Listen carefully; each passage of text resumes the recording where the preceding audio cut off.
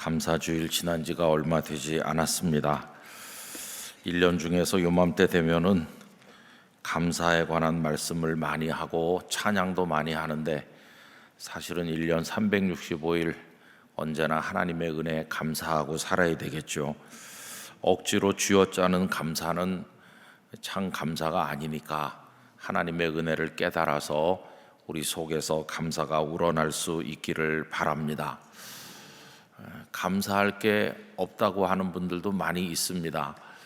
그런데 어떤 책에 보니까 감사할 수 없다고 생각하는 것은 첫째는 깨닫지 못해서 그런데, 또 실제로 어떤 사람은 감사할 게 없어 보이기도 하잖아요. 그런데 그 책에서는 감사할 게 오늘 없으면 내일 생길 가능성이 있으니까 감사해야 된다고 그런 얘기를 써놓은 걸 읽어봤어요. 불만족에 대한 감사가 있어야 된다. 여러분, 그래야 범사에 감사할 수 있겠죠. 모든 게 다 우리의 마음에 흡족해서 감사하는 것은 아닐 것이고, 모자람 속에서도 감사할 수 있으면 우리들은 평생을 감사하면서 살아갈 수 있을 것이다, 그렇게 생각합니다. 감사하면 우리가 먼저 행복한 거니까 우리 영락교회 성도들 속에 거룩한 감사가 언제나 넘치시기를 바랍니다. 무엇보다도 예수님 안에서 구원받은 은혜가 제일 감사하죠.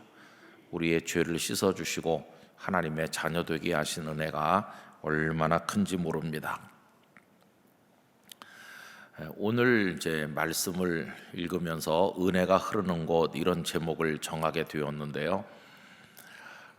이제 신학교에 들어가니까 새로운 고민이 생깁니다. 그게 뭐냐 하면은 다 전도사님이 되거든요. 그 전에는 뭐 교회에서 그저 뭐 청년부 활동도 하고 또 교회 학교 가서 교사 노릇도 했었죠. 근데 그 교사 직분을 감당한다는 건 설교를 하는 건 아니었습니다.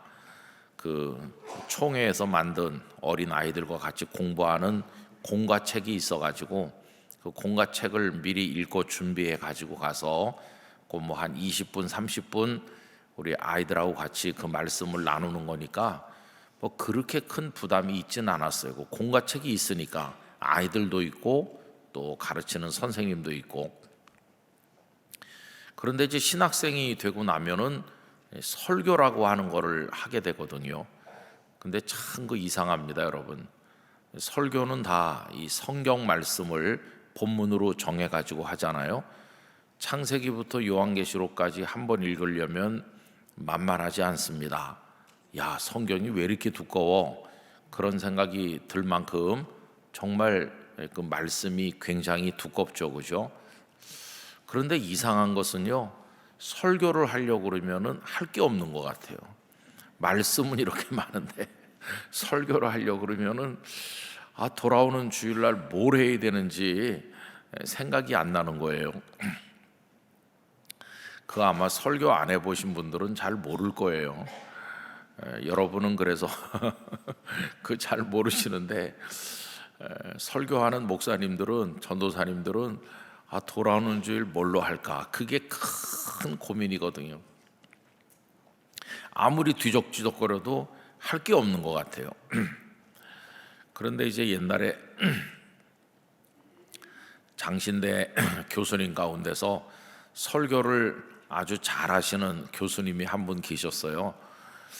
그래서 이제 학생들이 물어봤습니다. 아니, 목사님은 어떻게 그렇게 설교 자료, 설교거리가 막 이렇게 풍성하게 무궁무진합니까? 이제 그렇게 물어보니까 그분이 이제 성서신학을 전공하신 목사님이셨는데 이렇게 말하는 거예요. 당신은 성경책만 펴면 설교할 게 너무 많아서 고민이라고 그렇게 얘기를 했습니다. 그러니까 똑같은 66권 성경을 가지고 있는 건데, 어떤 사람은 아무리 뒤적거려도 뭘 해야 될지 모르는 사람이 있고, 그 목사님은 그냥 성경책만 펴면 설교할 게 너무 많아가지고 다 하질 못한다. 여러분, 그 차이가 뭐라고 생각하세요? 저도 이제 목사로서 몇십 년 살다 보니까 가끔 목사님들끼리 이렇게 둘러 앉아서 어떤 때는 또 뭐 저를 강사로 오라 그래 가지고 여러 가지 얘기들을 많이 하는데, 주로 많이 물어보는 것 중에 하나가 목사님은 설교 그거 본문을 어디서 어떻게 선택하고 그 어떻게 설교 그 말씀을 주제를 포착해 가지고 성도들에게 하느냐, 그런 질문을 저한테도 많이 해요. 근데 참 그거 뭐라고 말로 설명하기가 어렵습니다. 진짜 말로 설명할 수 없는 거거든요. 근데 하여튼 분명한 거 하나는 있어요. 이 성경책을 덮어놓고 오래 지나면, 성경책에 먼지가 쌓이면 설교할 게 없습니다. 그런데 늘 성경책을 펼쳐놓고 그 성경 말씀 속에 들어가서 그 말씀을 상상하고 말씀 속에 이렇게 머물러서 있으면 설교할 거리가 생겨요. 근데 여러분, 설교할 거리다 이렇게 표현해서 그러는데, 그걸 다른 말로 말하면 은혜를 받아요. 은혜. 결국 설교라고 하는 거는 은혜거든요. 하나님께서 내 마음속에 주신 은혜, 말씀을 묵상하는 가운데 은혜가 있거든요. 그 은혜를 나 혼자만 알고 있지 말고 우리 성도님들하고 같이 나눠야 되겠다. 그래서 그거를 한 30분 안에 할 수 있도록 이렇게 내용을 정리해서 그래서 전달해드리면 그게 설교인 거잖아요. 그러니까 결국은 설교할 게 많다 없다 이 차이는 무슨 차이겠어요? 그 마음에 받은 은혜가 많은 사람은 설교할 게 많은 사람이고, 은혜가 메마른 사람은 설교할 게 없는 사람이고, 그런 거예요. 그래서 저도 그런 경험을 많이 합니다. 막 바쁘게 쫓아다니고 사방에 돌아다니느라고 이 말씀을 진지하게 읽지를 못하고 돌아다닐 때는요, 설교할 게 없는 것 같아요. 그런데 마음을 편안하게 하고 이 말씀 한 단어 한 단어를 읽어내려가면서, 아, 이거 주님이 나한테 주시는 말씀이다 이렇게 하면서 그 말씀을 깊이 읽으면은, 야, 이렇게 놀라운 말씀이 있을 수가 있나.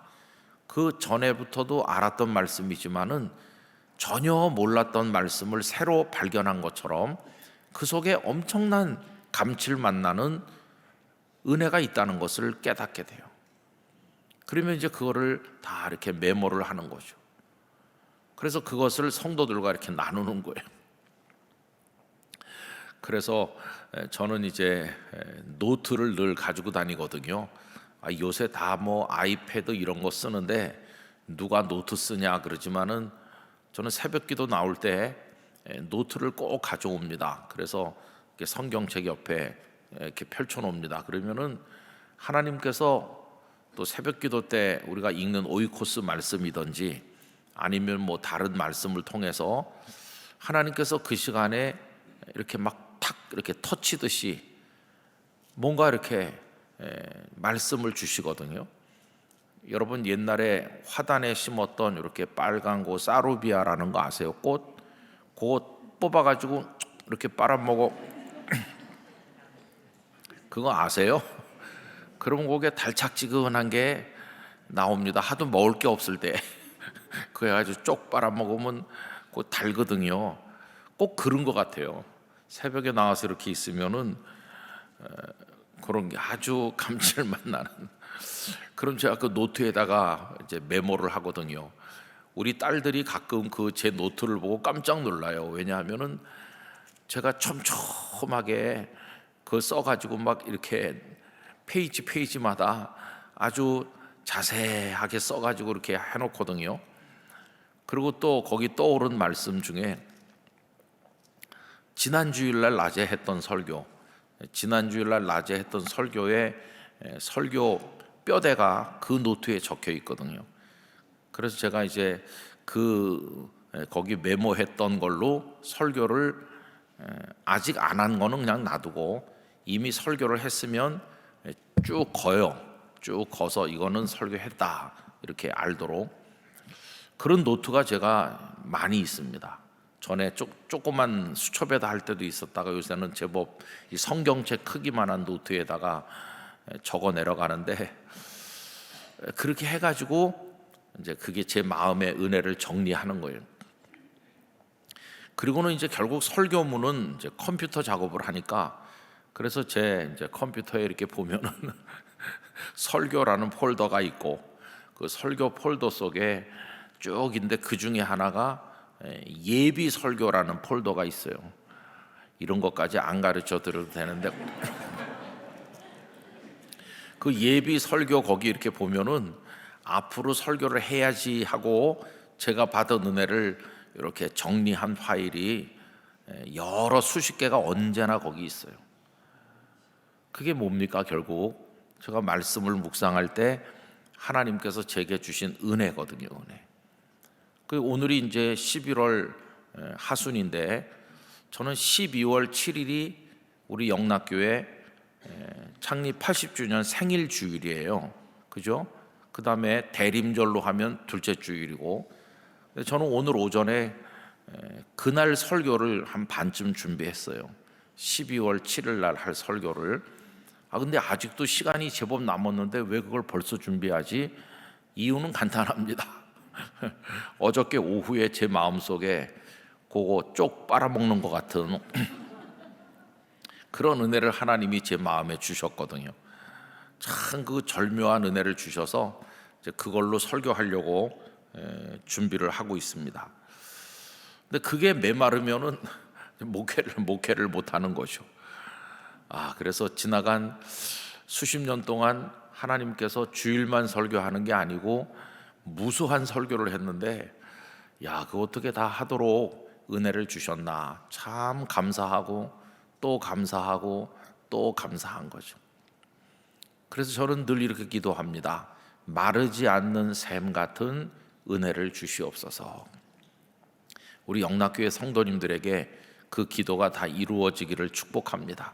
마르지 않는 샘처럼 계속 이렇게 은혜가 옹달샘 물 솟듯이 우리 심령 속에서 이제 솟아나는 거예요. 여러분, 은혜는 물이 흐르는 것과 비슷합니다. 오늘 말씀 제목을 은혜가 흐르는 곳이라고 그랬는데, 은혜가요 물 흐르는 거랑 비슷하다는 말은 아주 자연스럽다 그런 뜻입니다. 그러면 높은 데서 물이 낮은 데로 흐르는 거잖아요. 아주 기본적으로 말하면. 그러면 은혜를 사모하는 사람은 어디에 가서 기다리면 될까요? 물이 높은 데서 낮은 데로 흐르는 거니까 그 물이 흐르고 낮은 곳에 가서 길목에 서 있으면은 물이 글로 흘러오게 돼 있어요. 다른 말로 말하면 은혜를 받을 수 있는 곳에 가 있어야 된다 그런 말입니다. 물이 아래로 흐르는 게 자연스러운 건데, 나는 산 꼭대기에 가서 물이 내게로 흘러오기를 기다린다. 그럼 그게 벌써 좀 이상하잖아요. 풍성한 물을 즐기려면 저 밑에 가서 기다리면 물이 흘러서 내 앞으로 지나가는 거예요. 그러니까 물이 흘러갈 길목에 가서 있어야 되는 거죠. 결국 그 은혜가 흐르는 길목, 은혜가 흐르는 길목에 가서 있으면 은혜를 받는 겁니다. 근데 여러분, 하나님의 은혜는 다양한 방법으로 옵니다. 다양하게 오지만은 기본이 몇 가지 있어요. 첫째는 하나님의 말씀이 있는 곳에 은혜가 있습니다. 말씀. 그러면 내가 은혜를 사모한다 그러면 어디에 가 있으면 될까요? 말씀이 있는 곳에 가 있으면 되는 거예요. 이건 너무도 당연한 얘기입니다. 말씀이 있는 곳에 가서 있으면 그 말씀이 흘러가면서 내게 은혜를 가져다 주는 거예요. 말씀은 우리 집에도 다 있어요. 우리 다 각자가 이 하나님 말씀이 기록된 성경을 가지고 있으니까 결국 은혜를 받기를 사모한다면은 성경을 늘 펼쳐서 여호와의 율법을 주야로 묵상하는 사람처럼 그렇게 해야 되는 것이죠. 여러분, 하나님의 말씀과 함께 사시기 바랍니다. 그러면 반드시 은혜가 오게 돼 있어요. 말씀을 읽는다고 해서 언제나 그게 은혜가 되는 건 아니에요. 왜 그러냐면 내 영혼의 상태가 은혜를 받을 만하지 못할 때도 있으니까, 그냥 건성으로 그냥 읽어 치우는 때도 있으니까 그런 때는 은혜가 안 될 수도 있죠. 그러나 말씀을 이렇게 자꾸 읽고 묵상하다 보면은 그 중에 어느 한 말씀이 나를 사로잡을 때가 있는 것이에요. 그러니까 하여튼 말씀이 있는 곳에 있으려면 늘 말씀을 가까이 해야 된다 하는 것이고요. 그 다음에 말씀이 있는 곳이 대표적인 곳이 어디입니까? 이 예배 시간이거든요. 예배 시간. 예배 시간에 여러 찬송도 하고 기도도 하고 다양한 예배 순서가 있지만은 그 중심에는 하나님의 말씀이 있는 거니까 여러분 예배를 소홀히 하고 은혜를 충만히 받을 수는 없는 것이에요. 그래서 꼭 우리는 예배 자리에 나가 있는 게 중요해요. 요즘엔 뭐 집에서 영상으로 부득이해서 보는 분도 있지만은 그냥 상식적으로 생각해도 그냥 패드나 뭐 그 모바일이나 뭐 이런 거 컴퓨터를 가지고 보는 거하고 내 몸을 움직여서 예배당에 오는 거하고는 벌써 그게 마음가짐부터가 다른 거니까 어쨌든 하나님의 말씀이 있는 예배, 여러분 예배를 통해서 하나님의 은혜를 경험하시게 되길 바랍니다. 그게 기본이죠. 말씀으로 은혜를 우리에게 주신다. 그 다음에 이제 두 번째로 성경을 쭉 읽어보면 하나님의 은혜가 임했던 곳은 반드시 거기 뭐가 있었냐 하면은 기도가 있습니다. 기도할 때 하나님의 역사를 경험하는 거예요. 이것도 또 말씀과 늘 우리가 살아야 되는 것처럼 당연하게 기도의 사람이 돼야 되는 거죠. 그래서 여러분 전혀 기도하지 않으면서 하나님의 은혜를 경험할 수는 없어요. 우리가 새벽 기도회에 꼭 나오자 이렇게 강조하는 이유는 고단하면 새벽에 나와가지고 잠이 올 때도 있어요. 저도 이제 뭐 3시 반, 뭐 3시 그럴 때 깰 때가 많습니다. 그러면 이제 몸이 좀 피곤하죠. 그 새벽에 나오면 졸리는 날도 있어요. 그리고 어떤 때는 기도하다 졸기도 하겠죠. 저는 그래도 하나님이 어여삐 보실 거라고 생각합니다. 하나님 우리를 사랑하니까 아이고 피곤하구나 그러실 것 같아요. 뭐 그래도 하여튼 기도하는 자리에 나와 있는 거죠. 근데 기도를 하다 보면 내 영이 하나님께로 이렇게 모아지는 걸 느끼는 거예요. 막 흩어졌던 산만하고 세상의 온갖 것들에 의해서 내 마음이 찢겨지고 막 상처를 입었는데 새벽에 고요히 주님을 바라보면 우리의 마음이 주님의 은혜로 인해서 치료받고 주님의 손길이 우리를 만져주시고 거기 은혜가 있어요. 그 다음에 어떤 사랑의 역사가 있는 곳에 은혜가 있습니다. 가서 막 싸우고 갈등하고 말싸움하고 그런 데는 은혜가 당연히 없는 것이고 따뜻한 마음으로 서로 나누고 교제하고 축복하고 도와주고 이렇게 할 때 거기 은혜가 있어 감동을 받는 것이고 여러분 이런 게 어려운 것입니까? 다 아시는 거예요. 말씀이 있는 곳에 은혜가 있고 기도가 있는 곳에 은혜가 있고 서로 사랑하며 섬기는 곳에 은혜가 있고 이런 거 우리가 다 알아요. 그럼 은혜가 이제 그런 길목으로 흘러가는 거잖아요. 그럼 거기 가서 있으면 되는 것이에요. 은혜가 흐르는 길목에 가서 있으면 그 은혜가 나를 적셔주는 것이. 물론 가끔은 하나님의 놀라운 능력으로 물이 위로 역류하듯이 그럴 때도 가끔은 있었어요. 예를 들면 사울이 예수님을 믿는 사람들을 핍박했는데 사울이 뭐 언제 은혜를 사모했습니까? 복음을 사모했나요? 그런 적 전혀 없어요. 예수님을 믿는 사람 잡아오려고 다메섹으로 가던 사람이에요. 그 마음속에 분노가 가득해요. 그런데 다메섹으로 가던 길에 거기서 예수님을 딱 만나가지고 거꾸로 쥐고 새 사람 됐잖아요. 그거는 마치 저 밑에 있는 호수의 물을 무슨 발전기를 통해서 무슨 에너지를 통해서 저 위로 끌어올리듯이 그렇게 거꾸로 된 거죠. 높은 데서 낮은 데로 간 게 아니라 저 밑에 있는 물을 위로 뿜어 올린 건데 그거는 아주 특별한 경우에 아주 특이한 경우에 한두 번 있었던 일이죠. 그 물을 거꾸로 올라오게 하시는 힘은 하나님의 능력이었어요. 하나님의 능력으로 사울을 거꾸로 들여서 바울 만드시는 거죠.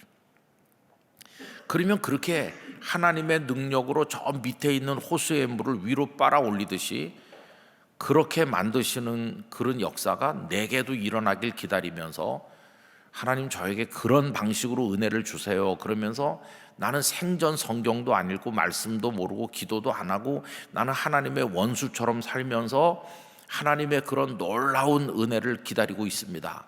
그건 상식적으로 말이 안 되는 거예요. 그거는 아주 특별한 경우에 그런 경우가 있는 것이지. 그래서 은혜를 받을 확률이 얼마나 있을까요?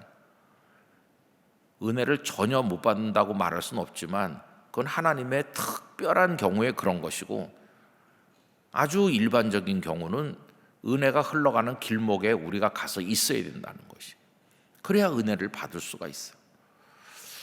여러분, 오늘 읽은 이 비시디아 안디옥 거기서 있었던 얘기는 그 당연한 얘기를 보여주는 겁니다. 바울과 바나바가 그곳에 가서 회당에서 말씀을 전했어요. 그래서 예수 그리스도를 쭉 이야기했거든요. 그랬더니 그 사람들이 듣고 하는 말이 다음에도 이 말씀을 또 전해달라. 그래서 그 다음에 모였는데 오늘 본문에 보면 온 시내가 다 모였다고 할 정도로 많은 사람이 왔어요. 그랬더니 그 바울의 말씀을 들으려고 사람들이 많이 모인 것을 보고 누가 화가 났느냐 하면은 유대인들이 화가 났어요. 유대인들이 시기 질투심이 생겨가지고 방해하는 것입니다. 여러분, 오늘 읽은 말씀 가운데서 그들이 어떻게 방해하고 있는지 44절 말씀 가서 보시면요, 그 다음 안식일에는 온 시민이 거의 다 하나님의 말씀을 듣고자 하여 모였다. 말씀을 들으러 모였습니다. 그랬더니 45절, 유대인들이 그 무리를 보고 시기가 가득하여 바울이 말한 것을 반박하고 비방하거늘. 사람들이 다 그 말씀을 들으려고 모였는데 유대인들은 막 방해하는 거예요. 막 조롱하고 비방하고 말씀을 제대로 전하지도 듣지도 못하게. 그랬더니 46절 우리 다 같이 읽어볼까요? 바울과 바나바가 담대히 말하여 이르되 하나님의 말씀을 마땅히 먼저 너희에게 전할 것이로되 너희가 그것을 버리고 영생을 얻기에 합당하지 않은 자로 자처하기로 우리가 이방인에게로 향하노라. 이게 무슨 얘기일까요? 말씀이 흘러가는 길목이 있는데 너희들은 말씀을 사모하지 않는구나. 말씀을 사모하지 않을 뿐만 아니라 아예 산꼭대기에 올라가서 물이 올라오기를 기다리는 자처럼 행동하는구나. 너희가 그렇게 말씀에, 다시 말해서 은혜에 관심이 없다면 굳이 우리들이 너희들에게 말씀을 전할 필요가 없으니 누구에게로 한다고 하죠? 이방인에게로 향하노라. 유대인들이 하나님의 말씀을 받아들이지 않고 은혜를 받아들이지 않으니까 이게 누구에게로 흘러가요? 이방인에게로 흘러가요. 47절, 주께서 이같이 우리에게 명하시되 내가 너를 이방의 빛으로 삼아 너로 땅끝까지 구원하게 하리라 하셨느니라 하니, 우리가 이제는 당신들 유대인들에게 전하지 않도록 하겠습니다. 당신들은 거절하니까 우리가 이제는 이방인에게로 가겠습니다. 그들은 은혜를 사모하는 사람들이어서 저렇게 은혜가 흐르기를 기다리고 있지 않습니까? 이제 당신들 유대인들한테는 더 이상 전하지 않겠다, 이렇게 말해요. 그랬더니 이방인들이 그걸 듣고 48절, 이방인들이 듣고 기뻐하여 하나님의 말씀을 찬송하며 영생을 주시기로 작정된 자는 다 믿더라. 유대인과 이방인의 차이가 확연하게 드러나는 걸 볼 수 있어요. 그래서 유대인들은 그 말씀을 다 거절하고 그러는데 이방인들은 하나님 말씀이 흐르는 곳에 가서 아멘 아멘 하는 거예요. 그 다음 절에 보시면 주의 말씀이 그 지방에 두루 퍼지니라. 유대인들이 말씀을 거절해도 이방인들이 그 말씀이 다 흘러올 때 아멘으로 받고 믿고 하다 보니까 널리 그 말씀이 퍼져나가죠. 50절, 이에 유대인들이 경건한 귀부인들과 그 신의 유력자들을 선동하여 바울과 바나바를 박해하게 하여 그 지역에서 쫓아내지. 여러분, 여기 경건한 귀부인이라고 표현된 것은 예수님을 잘 믿는 귀부인을 말하는 게 아니고 유대교에 전통적으로 깊이 들어있는 그런 사람들을 말하는 거죠. 그들이 바울과 바나바를 박해를 하니까 비시디아 안디옥을 떠나게 된 것이에요. 51절 두 사람이 그들을 향하여 발에 티끌을 떨어버리고 이고니온으로 가거늘 너희를 박해하고 받아들이지 않으면 발에 먼지를 떨어버려라. 이 말씀 누가 했습니까? 예수님께서 제자들을 둘씩 보내실 때 하신 말씀인데 실제로 이 바울과 바나바가 먼지를 떨고 나왔어요. 그랬더니 52절 제자들은 기쁨과 성령이 충만하니라. 그런 환경 속에서도 비시디아 안디옥에서 예수님을 믿은 이방인 제자들은 기쁨이 충만했다. 은혜가 충만했다는 거예요. 여러분, 오늘날도 하나님의 은혜가 흐르는 곳이 있다고 생각합니다.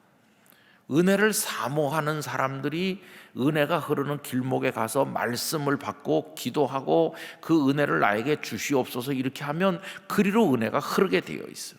그게 하나님의 자연스러운 역사인 것이죠. 시편 42편 1절 말씀 하나님이여 내가 사슴이 시냇물을 찾기에 갈급한 같이 내 영혼이 주를 찾기에 갈급하나이다. 그게 이제 은혜를 갈망하는 모습 아니겠어요?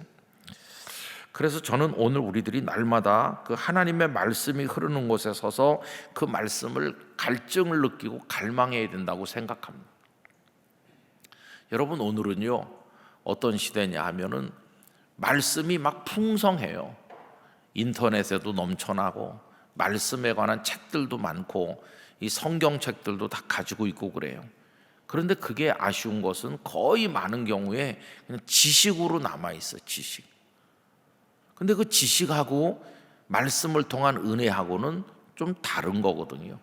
성경에 대한 지식이 아무리 많아도 그 말씀의 능력이 심령 골수를 찔러 쪼개는 게 아니라면 그건 그냥 죽은 지식이지 은혜의 말씀은 아닌 것이. 저는 오늘 우리들이 하나님 말씀 또 기도 또 사랑의 교제 섬김 이런 걸 통해서 하나님의 은혜를 갈망하는 마음이 다 식어버렸다고 생각합니다. 한국 교회의 은혜를 사모하는 마음이 다 식었어요. 그래서 냉랭해요. 교회들 이렇게 가서 설교해보고 그러면은 요새는 사람들이 얼마 오질 않아요. 얼마 전에 어느 교회 갔더니 참 인상적이었는데 그 교회는 사람들이 많이 오셨더라고요. 그래서 자리가 다 찼는데 앉을 자리가 없어가지고 보조의자를 가져다가 이런 통로에 다 놓고 앉은 그런 교회가 있었어요. 정말 오래간만에 보는 풍경이었어요. 보조의자까지 가지고 와서 막 자리를 채워 앉고 앞에도 앉고, 야 정말 옛날에는 다 그랬어요, 그죠?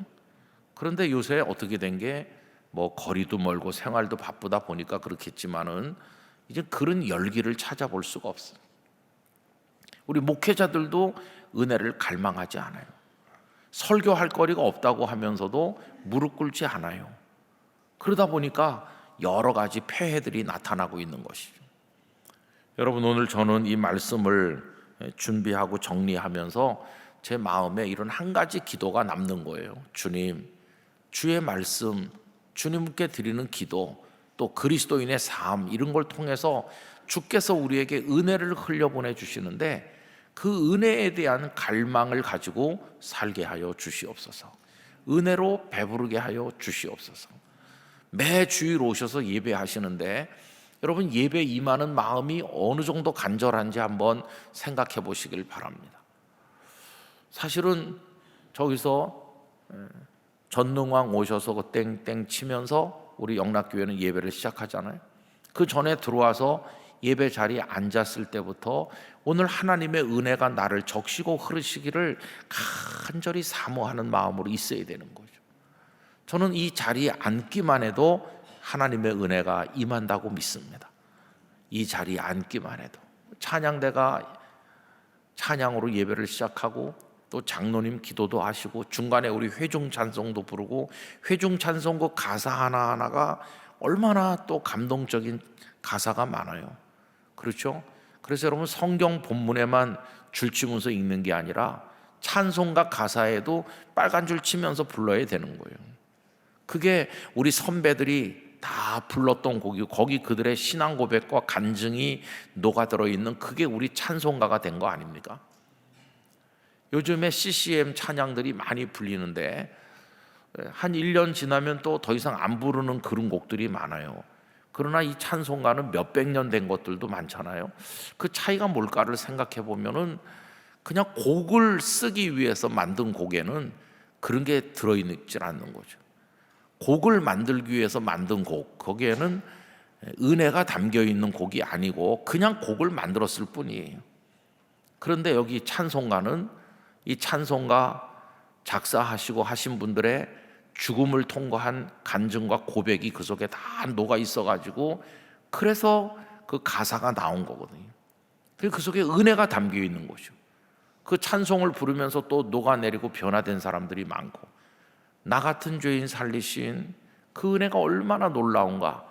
그 가사를 만드신 분이 노예 매매를 하고 그랬던 사람인데 그 변화된 간증이 있잖아요. 그런 게 다 그 속에 들어있는 거죠. 그래서 우리가 예배 시간에 찬송가를 부를 때도 그 은혜가 흐르는 곳이에요. 찬송을 부르면서 찬송 속에서 은혜가 내 영혼 속으로 흘러내려가고 찬양 대 찬양이 얼마나 놀랐습니까? 말씀, 설교 시간에 나누는 말씀.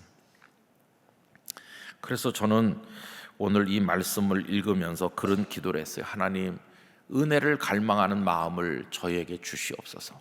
영락교회 성도들이 하여튼 말씀을 늘 가까이 하게 하시고 깊이 기도하게 하시고 성도의 교제와 사랑과 섬김 속에서 그 은혜가 흘러갈 때 거기서 갈증을 면할 뿐만 아니라 풍성해져서 은혜 속으로 뛰어들어서 그 은혜 가운데 살게 하여 주시고 그 은혜가 또 우리를 통해서 누군가에게 이렇게 전달되는 은혜의 확산, 이 비시디 안디옥에 복음이 확산되는 것처럼 은혜가 확산돼 나가는 거죠. 여러분, 그런 은혜 생활을 우리가 할 수 있어야 되겠다 하는 것입니다. 은혜 생활, 은혜 안에서 우리의 일상이 유지되고 은혜 안에서 관계를 맺고 은혜 안에서 기뻐하고 세상이 요란하지만 하나님의 은혜 가운데 살아갈 수 있는 승리의 삶, 그리스도인의 승리, 그게 그 안에 있는 것이. 오늘 저녁에 오신 성도님 한 분 한 분이 다 그런 은혜 속에서 행복하시기를 바랍니다. 언제나 은혜의 길목에 가서 그 은혜를 풍성하게 누리시는 분들 되시기를 바랍니다. 모든 예배가 여러분에게 그런 자리가 되시길 원하고 말씀을 펼칠 때마다 그런 은혜가 임하길 바라고 여러분들이 주의 이름을 불러 기도하실 때 하나님의 은혜가 충만하시기를 간절히 기원합니다. 기도하겠습니다. 거룩하신 아버지 하나님, 은혜가 메마른 시대에 살아가고 있습니다. 어떤 때는 산 꼭대기에 올라가서 은혜가 역류하여 우리에게 오기를 기다리는 어리석은 자가 될 때도 있습니다.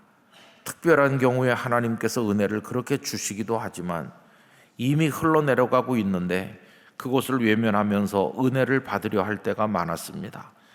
은혜가 흐르는 길목으로 찾아가게 하시고 말씀과 기도와 사랑의 교제가 있는 곳에서 하나님의 은혜를 경험하는 저희들이 될 수 있도록 역사하여 주시옵소서.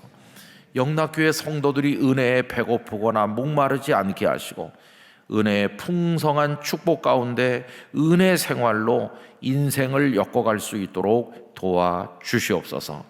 예수님의 이름으로 기도하옵나이다. 아멘.